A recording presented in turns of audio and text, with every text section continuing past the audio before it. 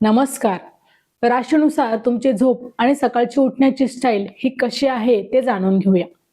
सकाळची झोप मोडायला कुणाला आवडतं, पण झोपण्याच्या आणि सकाळी उठण्याच्या बाबतीत प्रत्येकाची स्टाईल ही एकदम वेगळी असते. कोणी अलार्म वाजण्यापूर्वी उठतं, तर कोणाला उठवण्यासाठी घरातल्यांना युद्ध करावं लागतं. चला तर मग जाणून घेऊया राशीनुसार तुमची स्लीपिंग स्टाईल कशी आहे ते. मेष रास, स्प्रिंग सारखे उठणारे, यांच्यात प्रचंड एनर्जी असते.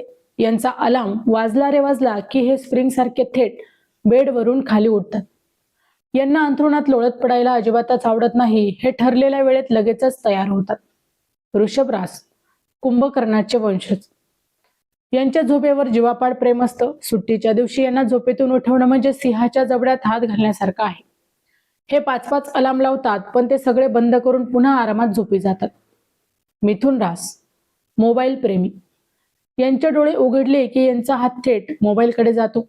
झोपण्यापूर्वी अर्धा तास रील बघणं आणि सकाळी उठल्याबरोबर व्हॉट्सअप आणि इंस्टाग्राम चेक केल्याशिवाय या राशीच्या लोकांची मात्र सकाळच होत नाही. कर्क रास, गोधडी किंवा ब्लँकेट प्रेमी, यांना झोपण्यासाठी त्यांचं आवडतं ब्लँकेट, उशी किंवा एखादी विशिष्ट जागा ही लागतेच. हे कुशीत शिरून एकदम गोल होऊन झोपतात. यांची झोपमोड केली तर हे मात्र दिवसभर खूप चिडचिड करतात.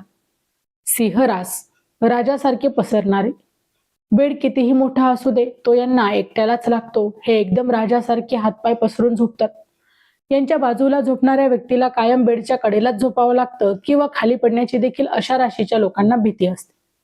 कन्या रास, वेळेचे पक्के आणि ओव्हर थिंकर्स, हे रात्री झोपताना उद्याचे पूर्ण प्लॅनिंग करूनच झोपतात आणि कधी कधी विचारांच्या गर्दीमुळे यांना लवकर झोप देखील लागत नाही. पण यांची खासियत म्हणजे यांना अलार्मची गरज नसते. यांची बॉडी ब्लॉक करून एकदम अचूक असतं. तुळ रास, फक्त 5 मिनिट वाले, यांना झोपेतून उठायला खूप त्रास होतो. अलार्म वाजल्यावर आई फक्त 5 मिनिटं हे यांचं ठरलेलं वाक्य असतं आणि ती 5 मिनिटं कधी अर्ध्या तासात बदलतात हे यांना स्वतःलाही देखील कळत नाही.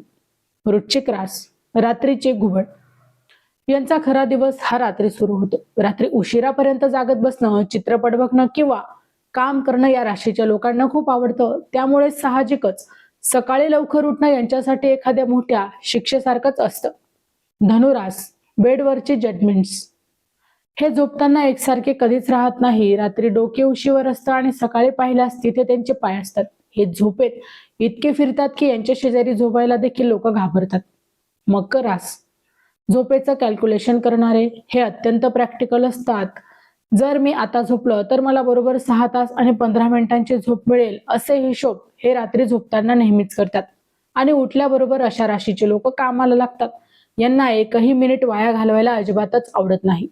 कुंभ रास, अनपेक्षित झोप, यांचा झोपण्याचा आणि उठण्याचा काहीही नियम नसतो. कधी हे सलग 12 तास झोपतील तर कधी फक्त 2-3 तासाच्या झोपेवर देखील अशा राशीचे लोक फ्रेश राहतील.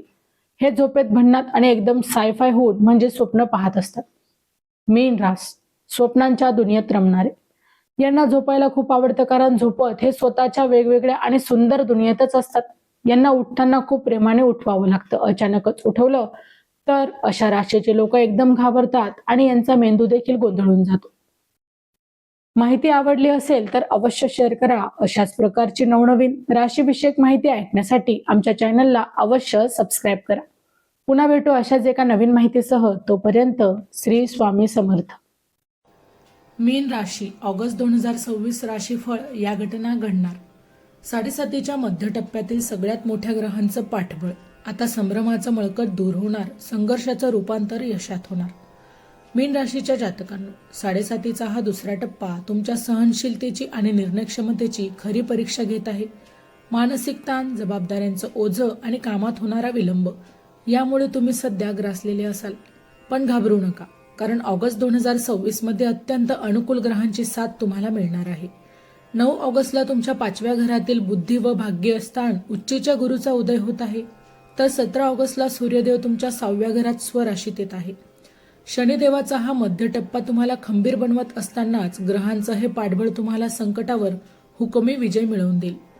हे राशी भविष्य ग्रहमानावर आधारित आहे. एक सर्वसाधारण अंदाज आहे. प्रत्येक व्यक्तीची कुंडली आणि ग्रहदशा ही वेगवेगळी असू शकते.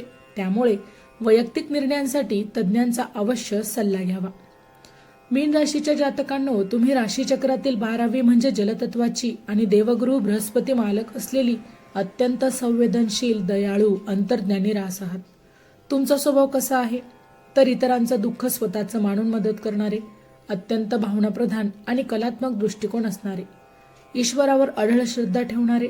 7.5च्या या दुसऱ्या टप्प्याने तुम्हाला भावनेपेक्षा व्यावहारिक जगण्याचे मोठे धडे दिले आहे, जे या महिन्यात तुम्हाला योग्य दिशा दाखवतील. या महिन्याचा मंत्र आहे शनिदेवाच्या मध्य टप्प्यातील संघर्ष हा तुम्हाला तोडण्यासाठी नाही, तर तुमच्यातील अंतर्गत शक्तीला जागा करून सोन्यासारखं चमकवण्यासाठी आलेला आहे. या महिन्याचा पॉवर वर्ड आहे सहनशीलता.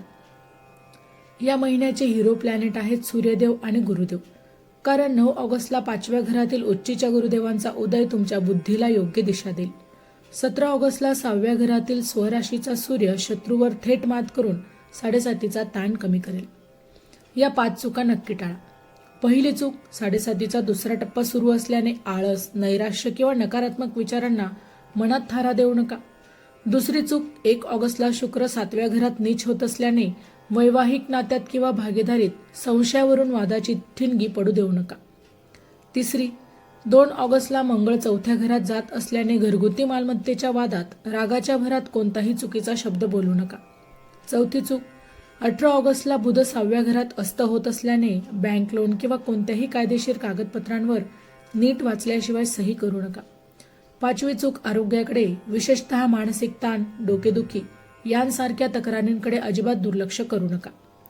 जानेवारी ते डिसेंबर 2026चे मेष ते मीन राशींचे वार्षिक राशी भविष्य तसेच 2026 वर्षात घडणाऱ्या घटनांचे मासिक व साप्ताहिक भविष्य भाकीत विषयक व्हिडिओ पाहण्यासाठी डिस्क्रिप्शनमध्ये दिलेल्या लिंकवर क्लिक करा. व्हिडिओ अवश्य पहा, व्हिडिओला लाईक करा. तसेच आपले काही प्रश्न किंवा सूचना असतील तर चॅनलला सबस्क्राईब करून कमेंट करायला विसरू नका. मीन राशीच्या जातकांना तुमच्या धनस्थानाचा स्वामी मंगळ 4थ्या घरात आहे, त्यामुळे घर किंवा जमिनीच्या माध्यमातून धनलाभाचे योग येतील. बुध ग्रह 5 ऑगस्टला 5व्या घरात असेल आणि 22 ऑगस्टला 6व्या घरात जाईल. 18 ऑगस्टला बुध हस्त होत असल्याने कौटुंबिक चर्चेत तुमची वाणी अत्यंत मोजकी, गोड आणि स्पष्ट ठेवा. जिथे 7.5च्या काळातही वाणीत गोडवा आणि व्यवहारात संयम असतो, तिथे संकट स्वतःहून दूर होतात. 3ऱ्या घराचे स्वामी शुक्र हे 7व्या घरात नीच राशीत असल्याने ऑगस्टच्या सुरुवातीला जवळचे प्रवास थकवणारे किंवा अपेक्षेपेक्षा फळ न देणारे ठरू शकतात. 22 ऑगस्ट नंतर बुधाचं गोचर व्यावसायिक प्रवासातून नवीन संधी आणि आर्थिक लाभ तुम्हाला मिळवून देईल. 4थ्या घरात मंगळाचं गोचर असल्याने गृहसुखात काहीसे चढ उतार जाणवतील. वाहन चालवताना किंवा खरेदी करताना घाई करू नका. 9 ऑगस्टला 5व्या घरात गुरुदेवांचा उदय होत असल्याने मुलांच्या बाबतीत असलेल्या चिंता दूर होतील. कुटुंबात आनंदाचं वातावरण निर्माण होईल. आईच्या आरोग्याची मात्र तुम्हाला काळजी घ्यावी लागेल. विद्यार्थ्यांसाठी 9 ऑगस्टला 5व्या घरातील उच्चीच्या गुरुचा उदय हा वरदान ठरेल. अभ्यासासाठी मोठी एकाग्रता येईल. 7.5चा मानसिक ताण कमी होईल. प्रेमसंबंधांमध्ये 7व्या घरातील नीच शुक्रामुळे नात्यात गैरसमज होऊ शकतात. सामंजस्याने घ्या. विवाह इच्छुकांसाठी 9 ऑगस्ट नंतरचा गुरुचा उदय हा विवाहाच्या दृष्टीने सकारात्मक हालचाली करून देणारा राहील. चॅनलवर येणाऱ्या प्रत्येक अपडेटसाठी आमच्या वेदभविष्याचा या व्हॉट्सअप चॅनलला फॉलो करा. चॅनलची लिंक ही डिस्क्रिप्शनमध्ये दिलेली आहे. आता तुमच्यासाठी एक प्रश्न. मीन राशीच्या जातकांनो, 7.5चा हा दुसरा टप्पा सुरू असतानाच तुम्हाला मानसिक शांततेसाठी देवाचं ध्यान करणं जास्त फायद्याचं ठरतं की कर्मावर लक्ष केंद्रित करणं? तुमचं जे काही उत्तर असेल ते आम्हाला कमेंटमध्ये नक्की कळवा. जर आपण आरोग्याच्या दृष्टीने विचार केला तर आरोग्याच्या दृष्टीने 7.5चा मध्य टप्पा असल्याने मानसिक थकवा आणि पायांचं दुखणं हे तुम्हाला जाणवू शकतं. परंतु 17 ऑगस्टला सूर्य हा 6व्या घरात आणि स्वराशीत आल्याने जुन्या आजारांमधून मोठी सुटका होईल. निरोगी शरीर आणि शांत मन हीच 7.5च्या काळातील तुमची सगळ्यात मोठी संपत्ती आहे. 6व्या घरातील सूर्यामुळे उदित गुरुमुळे बँक लोन किंवा जुने कर्ज फेडण्याचे मार्ग मोकळे होतील. स्पर्धा परीक्षेच्या विद्यार्थ्यांना 22 ऑगस्ट नंतर विरोधकांवर मात करून घवघवीत यश मिळेल. 10व्या घराचे स्वामी गुरुदेव 5व्या घरात उदित होत असल्याने नोकरीत तुमच्या कामाचं आणि प्रामाणिकपणाचं मोठं कौतुक होईल. अधिकार वाढतील. 17 ऑगस्ट नंतर कार्यक्षेत्रातील तुमचे स्पर्धक हे शांत होतील. व्यावसायिकांसाठी 7व्या घरातील नीच शुक्रामुळे सुरुवातीला भागीदारांशी मतभेद होतील, पण 22 ऑगस्ट नंतर बुधाचं आगमन नवीन करार तुम्हाला मिळवून देईल. मीन राशीच्या जातकांनो, महाभारतातील धर्मराज युधिष्ठिर याच्या वनवासाच्या आणि अज्ञातवासाच्या कठीण काळाची आठवण करा. त्यांनी 7.5 सारख्याच अत्यंत कठीण प्रसंगातही धर्म, संयम आणि सत्याची कथा कधीही सोडली नाही. त्यांचा परिणाम शेवटी त्यांना त्यांचं गमावलेलं राज्य हे परत मिळालं. मीन रास ही युधिष्ठिरासारखीच नीतीची प्रतीक आहे. 7.5चा हा दुसरा टप्पा तुमच्या सहनशीलतेची परीक्षा घेऊन शेवटी मात्र तुम्हाला अधिकच बलाढ्य करून सोडणार आहे. माझ्या प्रिय मैत्रिणींनो, 7व्या घरातील नीच शुक्रामुळे वैवाहिक नात्यात लहान सहान गोष्टींवरून वाद वाढवू नका. 9 ऑगस्ट नंतर कुटुंबात तुमच्या निर्णय क्षमतेला आणि कलागुणांना मोठी दाद मिळेल. 7.5चा मध्य टप्पा असल्याने ज्येष्ठ नागरिकांनी आहाराची आणि पायाच्या सांध्यांची विशेष काळजी घ्यावी. 9 ऑगस्ट नंतर गुरुचा उदय हा आध्यात्मिक प्रगती, ध्यान आणि साधनेसाठी उत्तम काळ देईल, त्यामुळे मन तुमचं समाधानी राहील. ऑगस्ट 2026 मधील सगळ्यात मोठे शुभ संकेत म्हणजे 9 ऑगस्टला 5व्या घरात उच्चीच्या गुरूंचा उदय आणि 17 ऑगस्टला सूर्याचं 6व्या घरात स्वराशीत येणं. हे ग्रहमान 7.5च्या दुसऱ्या टप्प्यातील नकारात्मकता मोठ्या प्रमाणात नष्ट करेल. बृहत जातक आणि फलदीपिका या ग्रंथानुसार जेव्हा जातकाला शनीच्या राशीवरील 7.5 ही सुरू असते आणि त्याच वेळी राशीस्वामी गुरु हा उच्चीचा होऊन उदित होतो, तेव्हा जातक कठीण परिस्थितीतून जाऊन सुलाखून निघतो. शनीची वक्रदृष्टी असली तरी देखील गुरुची अमृतदृष्टी जातकाचं रक्षण करते आणि त्याला आध्यात्मिक व व्यावहारिक प्रगती देखील देते. आता ग्रहांचा मानसशास्त्रीय संदेश समजून घेऊया. पहिल्या घरात वक्री शनी सांगतो की शांत राहा, घाई करू नका. हा काळ आत्मपरीक्षण आणि संयम शिकण्याचा आहे. 5व्या घरातील उदित गुरु सांगतो तुमच्या बुद्धीवर आणि ईश्वरी शक्तींवर पूर्ण विश्वास ठेवा, तुम्हाला मार्ग नक्कीच सापडेल. 6व्या घरातील सूर्य सांगतो तुमच्यातील आत्मविश्वासाने संकटांचा सामना करा, विजय हा तुमचाच आहे. या ग्रहस्थितीचा प्रॅक्टिकल उपयोग म्हणजे ऑगस्ट महिन्यात शिक्षण, समोपदेश, बँकिंग, औषध निर्माण आणि आध्यात्मिक क्षेत्राशी निगडित जातकांसाठी 9 ऑगस्ट नंतर महत्त्वाचे निर्णय घ्यावे. मोठे यश त्यांना नक्की लाभेल. शनिदेव जेव्हा राशीदेव असतात तेव्हा ते बाह्य जगापेक्षा तुमच्या अंतर्गत मनाला अधिक मजबूत आणि व्यावहारिक बनवतात. लाभेश शनी तुमच्या स्वतःच्याच राशीत वक्री असला तरी 5व्या घरातील गुरुच्या उदयामुळे जुन्या गुंतवणुकीतून किंवा ज्ञानाच्या माध्यमातून तुम्हाला चांगला लाभ होईल. पहिल्या घरातील 7.5मुळे 7.5च्या या दुसऱ्या टप्प्यामुळे आरोग्यावर आणि प्रवासावर खर्च होऊ शकतो. परदेश प्रवासाची इच्छा असणाऱ्यांना 12 ऑगस्ट नंतर बुधाचं गोचर अनुकूल बातम्या देईल. आता जाणून घेऊया या महिन्याचं स्कोर कार्ड. पैसा 10 पैकी 8, प्रेम 10 पैकी 6.5, करिअर 10 पैकी 9, आरोग्य 10 पैकी 7, कुटुंब 10 पैकी 7, भाग्य 10 पैकी 8.5, मानसिक शांती 10 पैकी 7. शुभ दिवस 9, 10, 18, 27, 28 ऑगस्ट. या दिवशी महत्त्वाचे आणि आध्यात्मिक कामं पूर्ण करा. सावध राहण्याचे दिवस 1, 2 आणि 22 ऑगस्ट. या दिवशी मोठे आर्थिक व्यवहार आणि जोखीम आणि वाटाळा. आता उपाय. दर शनिवारी मारुतीच्या मंदिरात जाऊन तिळाचं तेल अर्पण करा. हनुमान चालीसा किंवा शनिवज्र पंचस्तोत्र वाचावं.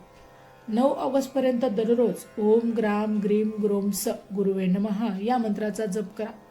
रोज सकाळी कपाळावर केशर किंवा हळदीचा टिळा लावा, ज्यामुळे गुरुचं बळ वाढेल. पुष्कराज पिवळा तोपास धारण केल्यास राशीस्वामी गुरुचं बळ वाढेल. 7.5च्या दुसऱ्या टप्प्यातील अडथळे कमी होतील. मीन राशीच्या जातकांनो लक्षात ठेवा, वादळात जे झाड लवचिक असतं ते कधीच उन्मळून पडत नाही. 7.5चा हा दुसरा टप्पा तुम्हाला तेच लवचिकत्व आणि खंबीरपणा शिकवत आहे. 17 ऑगस्ट नंतर ग्रहांचं पाठबळ तुमच्या पाठीशी उभं राहणार आहे.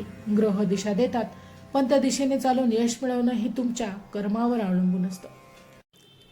तर मित्रांनो, व्हिडिओ आवडला असेल तर व्हिडिओला लाईक करा, चॅनलला सबस्क्राईब करा आणि हो, तुम्हालाही तुमच्या राशीची अंगठी हवी असेल तर डिस्क्रिप्शनमध्ये मी त्याची लिंक टॅग केलेली आहे, तिथे जाऊन तुम्ही ती खरेदी करू शकता.